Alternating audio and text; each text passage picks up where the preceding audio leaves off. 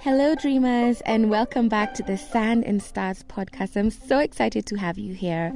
The Sand and Sand podcast is a podcast that brings together people who are doing amazing, outrageous, different, out of the norm things, and we learn about their journey to following their calling and the lessons that they've learned along the way. So today, we are having a conversation, or I am having a conversation with Tommy Lee, and I'm really, really excited. So Tommy is the president and founder of Resource Global, along with 4 other organizations. And the difference and the amazing thing about Resource Global is bringing together faith and marketplace. Because what happens in the world is you're taught that your faith is very separate from your day-to-day work. And that's why we have things like Kenya having an 85% population of Christians, yet being incredibly corrupt, because there's nowhere where their values and their faith comes together with the work and the vocation that they need to do in the marketplace. And how do you teach leaders to be able to do this effectively, and not just Bible thump, but how are you effective in your work, the quality you bring, the leadership that you have? So I'm really excited for you to listen to his story, and let's learn a few lessons from Tommy Lee. So excited to have you on the podcast, Tommy Lee. So for your audience, so that they can hear it from your own mouth, who is Tommy? Who is Tommy Lee? You know, I would probably say Tommy Lee is someone who gets, I would say, bored easily. I like a challenge, and I get a chance to run 4 different types of organizations. And so here in the U.S., and I get a chance to travel around the world, meet interesting people like yourself, Rhoda, and I'm always trying to create new ideas and new projects. Wow. I love that. Tommy gets bored easily. I'm like, you have so much energy and you do so many things at once. In fact, I mean, I think about it, and I'm in startup, and I'm like, whoa, it's intense. Running 4 different organizations, that's amazing. So I would say that's a really great description of who you are, but I want to get more into, so have you always been this Tommy, this curious Tommy who does multiple things at the same time, or is it something that happened, something that changed, or has this always been who you are? You know, I look back and I realized growing up, especially early in the days, I always loved building things. Even when I was a child, I just loved building things. Not as much Legos, but always in terms of just seeing how things work, just understanding how to build an organization. I was very, very involved with our church early on. And I also realized that I got a chance to work with both high school students and college students. And it wasn't exactly working with the students that I enjoyed, but it was building the organization, helping it grow, making sure volunteers were in the right place. And then after university, I went to work in building cell towers. And there I had a chance to work with these major cell phone carriers, and I built their cell towers. And now you have to literally build a cell tower in 180 days. And you have to build 20 of them at once for one client. Now you have 3 clients all at once. That's about 60 of them all at once.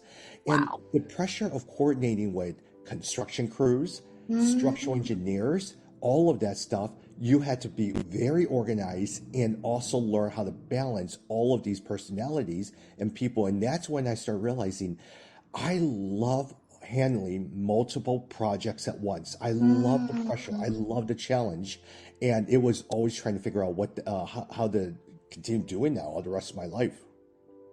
Wow, that's amazing. So in terms of your foundation, because you talked about like the building of cell towers, so education-wise, right? So did you study something along engineering? I mean, that led you now into the building of cell towers before the evolution.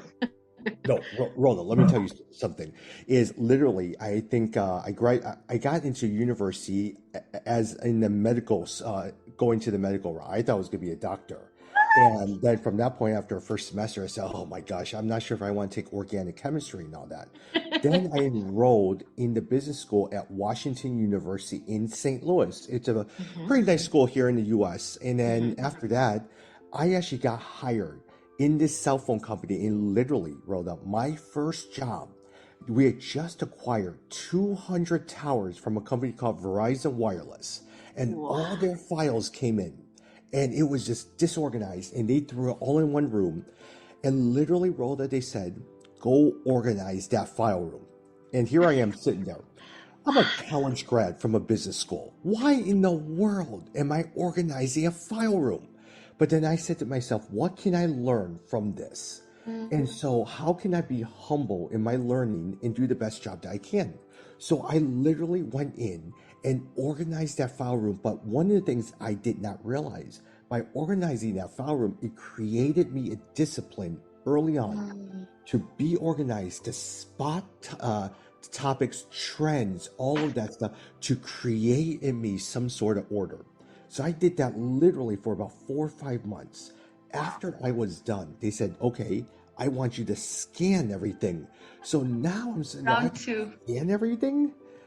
And there I just created a system to scan it. And all of that laid the foundation that helps me to this day. The more organized you are, the better your project was. After that, one of my bosses at that time then took me under his wing and 3 months later promoted me as project manager. And here I was building projects. I was never an engineer, but I just had to learn how to figure it out. What? That's amazing. In fact, when you said you were thrown in a room with all those documents, my mind just melted. I was like, no, death, death. Yes, yes. That's fantastic, and how you embraced it. And I think the power is looking back, you see how everything falls into place and Yes. happened for a reason, right? You never know. You just never know. So I've learned over my life, am I faithful to where I am placed? Like I'm faith-based. Am I faithful to where God has placed me right Yeah. now? And in every job that I can I give you the best effort and do the best job? I'm expected to deliver a good job. Let me make sure I do a good job. I love that. It's the doing it 100% where you are, regardless of how small you might think the task is, or not important, or just blah. Basically, it's give it your 110%, give value, give quality. Yeah. I love that. So Rhoda, can I tell now, you a quick story real fast? yep. Okay, so here's one important lesson that I learned in the tower industry that I never forgot. So I literally was on a call with another company called Sprint. And as I told you, our load was 20 towers during 180 days. Well, Sprint wanted me to take 40 towers at once. And Wow. now we're on a deployment call with them every week. So I'm sitting there. Our vice president of that region, his name was Sonny, walks in. And so he quietly just sits in during these calls. And the guy from Sprint says to me, can you get these 40 towers up and running in 180 days? I said to him, I will try my best, Rhoda, right? Well, Sonny then says to the guy at Sprint, hold on for a minute. And he puts me on mute. And he says to me, Tommy, can you build these 40 towers? And I said to him, I will do my best. Right. Rhoda, you know what he says to me? I could care less if you try your best. I didn't hire you to do your best. I hire you to get the job done. Now, can you get the job done? Because if you can't get the job done, I'll replace you right now.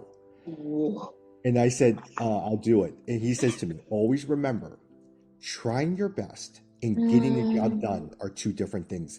I hire you to get the job done. I didn't hire you to give me your best. Wow. And then he unmutes to Sprint and says to him, we'll get the job done. Yeah. I've never forgotten this ever. Now, it's a terrible motivation skill, but I've never forgotten that lesson. Wow. That's amazing. It's don't try. Is get it done. Right? That's my Can job. you do Yep. it? Yep. Yep. I got to get it done. All right, great. So pivot into, and this is why I was really excited to have Tommy. I wish I had like a full on 2 hours with Tommy. But pivot to the amazing program that is called Resource Global. I am part of that program, and it is so different from how we were taught to integrate faith and work and excellence and leadership. And it's a pretty amazing program. So that's what I want to talk about with Tommy amidst his different organizations. But because I am part of Resource Global, I wanted to have a conversation about Resource Global because it's so different. It's so unheard of. I mean, every time I have a conversation with someone about it, they ooh and they ah and they're like, oh, that's possible. It's a thing. So Tommy. So how about you? First, tell us about Resource Global, and then we'll dive into where, how, why, when. How did this happen, right? And the journey to that. At its core, Resource Global operates on the premise that young Christian marketplace leaders around the world are the catalyst for gospel growth in their own city. These young leaders, mid-20s to mid-30s, they're open to so many different ideas. They've been exposed to the world through technology. How do we help them think through and integrate their faith into their work? How do you help them look at leadership? How do you look at culture? How do you look at justice? All of that stuff. But alongside with that, how do you learn from each other in your own city amongst different industries, startups, corporations, finance, teaching, whatever it is, as well as learn from other leaders around the world? As an American, this is very, very important for me because I say this as Americans. Sometimes in America, we think we're the leader of everything. Everybody has to learn from the Americans. The Americans drive everything. My thought is, how do you elevate the voices like yourself, Rhoda? How do we learn? How does a Tommy Lee learn from you? How do we begin to value what everyone brings to the table? And together as a collective, we are mutually encouraged. We learn from each other, but together we make a difference for the world. It's so revolutionary and so different because I think as we were raised, it was like you go to church on Sunday and then that's done. Work begins on Monday. There's really no way that there's no connection, literally. And it's almost like because you're not empowered to know that it is possible, you just don't try. So you live your life and do business as usual, Monday to Friday to Saturday, and then Sunday come to church and repent of your sins. So Tommy, I think the great thing I want to know is what was the inspiration behind this? I mean, what was that moment that clicked and you realized that, yeah, this is a gap. I want to do this, and it might not make sense to anyone, but I know this is what I'm called to do. Yeah. So what was that moment? How did this all begin? Rhoda, I would probably say it came over a series of different number of years, but one of the clear memories I have of it is I'm sitting there after 10 years of working in the corporate world. I'm now sitting in seminary class. And now I had just graduated from business school and all that other stuff. And I'm sitting there in seminary class. Wow. And I'm sitting there with other people and it's evening class. Mm-hmm. And now we're taking one leadership class. And I still remember one student stood up and says, our primary role as pastors is to help our congregation share God or share Jesus or share Christ to their workplace. That's the primary. And I'm sitting there, no, it's not. Your primary thing is to do a good job. That's what you're called to do. So if you're always just sharing about Jesus, you're going to drive all of us crazy. And then we took one leadership class, Rhoda, and there we learned in our scriptures, Jesus says to one of his disciples, Peter, feed my sheep, care for my sheep. And I said, okay, that's interesting. Literally, you only take one class in seminary on leadership. Then we talk about the sheep. And what do we describe the sheep as, Rhoda? They're not smart. They're kind of dumb. They're led astray. And then they hit me. You're literally telling the pastor who has never worked before, they went from Bible college to seminary, you're the lead shepherd. You're the CEO. And your people that you're leading, they're not very smart. They're led astray. And a lot of times you have to guide them. I said, that's what we're communicating to people. And so suddenly you have a pastor who's up there in the pulpit who means really well, that you're now telling them no matter how young or inexperienced they are, you're in charge. And that means you come up with all the ideas and all your congregation, if they agree with you, everything's great. But if they Mm. disagree with you, you're in your mind thinking, they don't know any better, they're led astray. God has spoken to me, and I'm going to tell them what to do. And I said to myself, that's a huge problem that we have to address.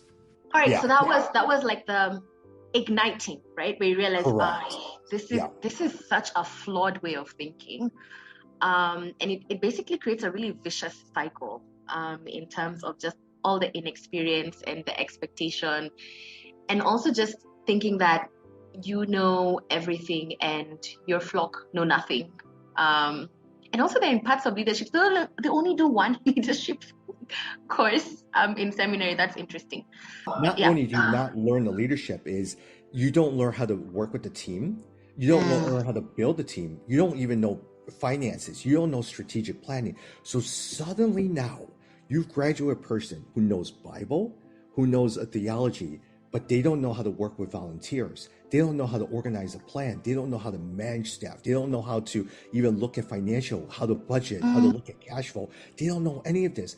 You're just taught trust by God, and you're supposed to paint vision. I said, wow, we really got to work and address some of these things because there's a flaw, and that's why we're seeing some of the problems that we do in churches. All right, so now you're ignited, right? You're like, this is not how it should be done. What happens next? And so now you're sitting there, all right, so how do we address this? Because a lot of times is the seminaries, how they train pastors, they're not going to change overnight. But then at the same time, how do you help them think differently? And it really, for me, came down to these young Christian marketplace leaders. How do you get them to be involved in their church? How do you get them to be involved in their community? They're not called to full-time vocational ministry, but they are called to be stewards to make a difference in their city. How then do I take their skills, their talents, their God-given passions, and now integrate it to address the problems in their city? Let's say, for instance, Nairobi. Let's take a look at that. So you look at Nairobi, and one of the biggest issues dealing with Nairobi right now is corruption. But the last statistic shows that 85% of the country or the city are supposedly Christians or go to church or Christ followers. Yeah. Okay, if 85% is that high, then why is corruption a huge issue? There's a disconnect right there. So now, how do you help these young leaders? And I start with young leaders, but sometimes with older, you've kind of set in your ways. You're not open to new ideas. The younger guys love to do it in fellowship, and they're open to new ideas. So then how do you get those individuals to now be inspired to think through what their passions are, what they're called to do, what their strengths are, what their weaknesses are, and then use all of that to understand the problems of your city, and then understand your skills, and then how do you address the problems in your church, in your home, in your community, in your city, in how I lead my work, all of that. Can we help those individuals really be able to do that? I literally was talking when we were in South Africa. I was talking with a pastor who was a former economic planner for a city. And he was saying that he says, well, how does my role as an economic planner help my faith as a city? I said, it's very important. As an economic planner, you are now designing how the city grows economically. You're going to need money. And so suddenly now with investments, what kind of investments do you look at? What kind of investments are needing? For instance, a country, let's say China, comes in and says, we're going to change everything and put technology everywhere. Well, as an economic planner, then you're going to have to sit there and says, if we have too much technology, it eliminates jobs. What is best for this city? Well, we got to create jobs. Well, what kind of jobs do we need to create? What kind of people do we need to create? You're always thinking about that. Another group may come and says, okay, so-and-so, if you allow me to put this business over here, I'll make sure you get a cut of this. Well, as an individual, you're led by integrity and character. No, is this what's best for my city? Is this what's best for the children? Because if we build here, we eliminate parks and the opportunity to put a school in there. You're always thinking through a Christian point of view. Wow. Yeah, and that makes a lot of sense in terms of practical implementation, because I think one of the greatest things we've also learned is, ironically is, especially in Africa, I don't know about elsewhere in the world where because people use the crutch of Christianity to not be effective at what they do. Yeah. It's like you need to be doing work, but someone is always at a prayer meeting or something, Yeah. So it's like, I was unable to finish, I was doing this, or how there's the constantly late, not keeping time or not paying on time, or just things like quality and effectiveness. I mean, Christians are not thought to be effective, whereas we are called to a high quality of excellence. It should be the exact opposite, but because of how we are taught to practice our faith, it's never really taught. So you assume that it's not an essential part of you being a Christian and having faith and living your life according to those values. So that's a Rhoda, really good point. All right, so if I could say this point to all of our young leaders in our cohort, or even those who are listening, I believe that as Christians, Christ teaches us to be a salt and light, to continue to build the kingdom. What that means, if I'm called to be in the business world and work world, or nonprofit, whatever it is, I will give you my very, very best. Every single day I wake up and I'm going to say, I'm going to do the best job. I'm going to serve my company well. I'm going to serve my organization well. By serving that well, I give you and put a hard job and get everything done and be one of your very best workers to the best of my abilities. That's what it means for me to be a Christian in the workplace. Exactly. All right. So now you triggered, you've thought through, this is exactly what we need. So what was your journey to, first of all, I mean, even getting the name Resource Global, to your first ever cohort? Because now, for any of our listeners, Resource Global is in Africa, it's in Nairobi, it's already in Asia, it's in the United States. So it's quite broad, with cohorts and just having a huge impact with so many people who are going through the program. So what was the journey to your first ever cohort? We actually were sent by a funder over to Jakarta to look at starting our first cohort. And literally, Rhoda, I met with I've never been to Indonesia or Jakarta, Indonesia ever in my life. And literally, I just talked with anyone who would give me the time of day. I would just knock on doors, email people. If you gave me a lunch meeting or a coffee meeting, I'm there to meet and talk. And there we started our first cohort. And that cohort now has grown to Chicago, Hong Kong, Jakarta, Kuala Lumpur, Malaysia, Singapore, Nairobi, Johannesburg, Pretoria, as well as Austin, Texas.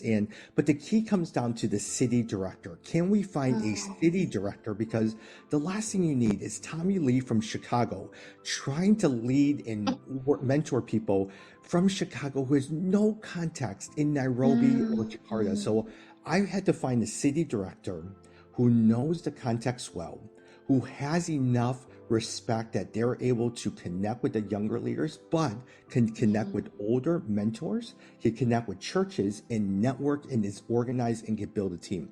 Trying to find that person in a city is very, very hard. And trying to find that person who can then work with the US team in other cities is even harder.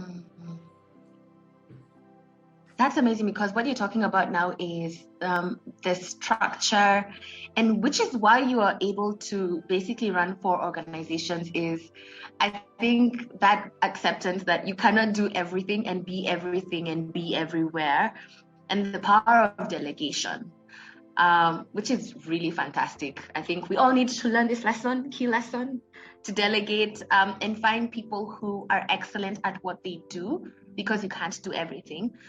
So you talked about, so you had the idea and you got the funders. What was your experience like in terms of, say, getting funding for this? What was that process like for you? You got to build trust. It's a brand new idea. And so essentially you're going to people you're familiar with and you're asking them to give you a small little grant and you're hoping to build trust up. My friend, I still remember the first year we had no money when we first started. The second year, I think I earned just a little bit. The third year, I earned just a little bit more. But you have to develop donor confidence. You have to lay out a plan. You have to let people know what the expectations are. You have to give them details and report on it. So literally, for instance, I think of it this way. When I work with the donor or individual, one of the things that I think about is I treat them as a stock, investing in my stock. What happens when you invest in stock? You expect to see reports on how your return is. I just think that way. So if you're going to support me every single month, I'm going to give you a report, good or bad, on how your stock is performing. I'm going to tell you what's going on in my city. I'm going to give you a glimpse of how our individuals, our stories are coming along. I'm going to tell you a little bit of what our challenges are that we're facing. I'm going to tell you what went according to plan, what didn't go according to plan. And I do it very diligently so that you know what's going on. I love that. Be as 100% transparent as you possibly can with your funders. And I love that because I think most of the when people think about funding is, especially if it's not like it's not a for-profit, it's not like a huge gigantic for-profit organization where you actually have to report these things, which is why sometimes people feel a lot of money jumps into like NGO in terms of grants and whatnot and the misuse of grants. And I love that you've highlighted that element of accountability. Before we go to the final question, I know I sound like an African preacher, the ones who keep saying that someone is about to end but it doesn't end, but we really are almost done. So what are the other three organizations, so other than Resource Global, what are the other three organizations that you run? So I also lead the Growth Center for Church and Mission for Northern Seminary that actually works with pastors, provide accessible ways of being trained for those who may not be able to access or afford a seminary education. I actually like that because it allows me to integrate not only Bible and theology, but also business things like accounting, like cash flow, like budgeting, like leadership. I run another organization called Together LA, and I run the Center for Faith and Innovation at a school called Wheaton College. So those are 4 things I run. Wow. This is one person who's, in fact, in the future, Tommy, I want to be like you, to be able to learn the skill of growing organizations and creating sustainable organizations. What you were saying before in terms of delegating, the one thing I learned is when I say delegate, you got to delegate to the right people. Don't just delegate it, because if you delegate it and they mess up, you inherit a problem. And that problem is actually worse off than if you were to do it yourself. Find the right personality. Find the type of person who works well with you. Keep them. For instance, I have this wonderful project manager, Donna. My life would not be where it is without Donna. Donna manages all of our writers, designers, all of our different teams. And every single day when I walk in, there are a list of priorities that I need to work on for the day. And then we lay out on a schedule. And if you look at my schedule, every hour is filled with the meeting, with the action item, all of that, and a list of things I have to do. There's even time to be scheduled for emails. And so as a result of that, I'm able to get things done, but I need help with people who are more organized in certain ways and can tell me what to do, but also equip myself with people who are very independent. They're looking for answers. They're looking for options. I give them a lot of flexibility. Rhoda, I don't pay attention to when they come in. I don't pay attention when they take vacation. I give them a job, I give them a task, and it's up to them. I don't micromanage them. But I've also learned when things go well, I give them the credit. But if there's a mistake or things don't go bad, I take the hit for it as a leader. And so my goal always is it a learning lesson that will help you, and can I empower you to do your job well? Fantastic. Thank you so much, Tommy. In fact, it's like you read my mind, because one of the key things I wanted to ask is, from your journey, from finding this gap in bridging marketplace and faith to building your different organizations, I was going to ask, what are the key lessons that you've learned? And you've already touched on some of them, which are really, really key. And I hope the listeners pick something from this. But what else would you add on in terms of final words or key things that you have learned through this journey?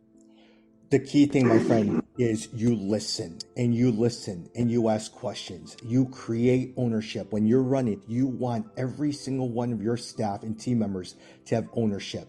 And that means a lot of times, instead of me telling them what to do, I ask them questions. Hey, what do you recommend? What are the options that you're looking at? What are the pros and cons of this situation? What would you do in my situation? And so you're allowing them to find ownership of this. When we're presented with the problem, hey, look, I need you to tackle it, but you find it based upon their strengths and their talents, and you build an organization that way. If all I'm doing is telling people what I need them to do, and they're just reacting and implementing what I'm doing, it doesn't create ownership. I want everyone to shine. So for instance, last thing, Rhoda, is if you notice, and when we were in South Africa, you had so many people up on stage, so many people doing everything. Tommy Lee hardly ever made an appearance, and that was by design, because my job is to make the team shine.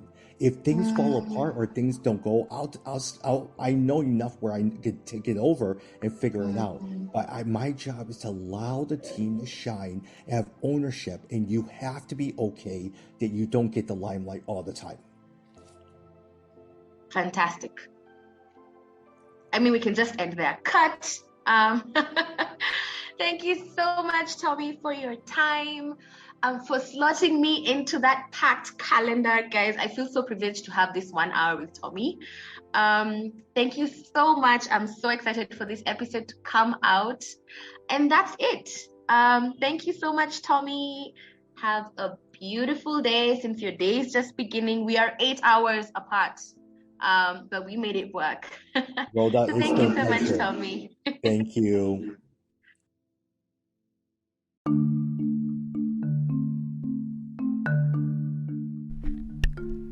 Thank you for listening to the end of the Sand and Stars podcast. Really excited to have been with you in this episode, and I hope that you got inspired, you learned something that you probably had no idea about. So if you know anyone who is doing something that is out of the norm, interesting, impactful, very, very different, something that no one would ever think about, go ahead and share the details with me. You can email me at mbithakingori@gmail.com. It's also in the description, and we can get them on the podcast. Super excited to share the next episode with you, so stick on.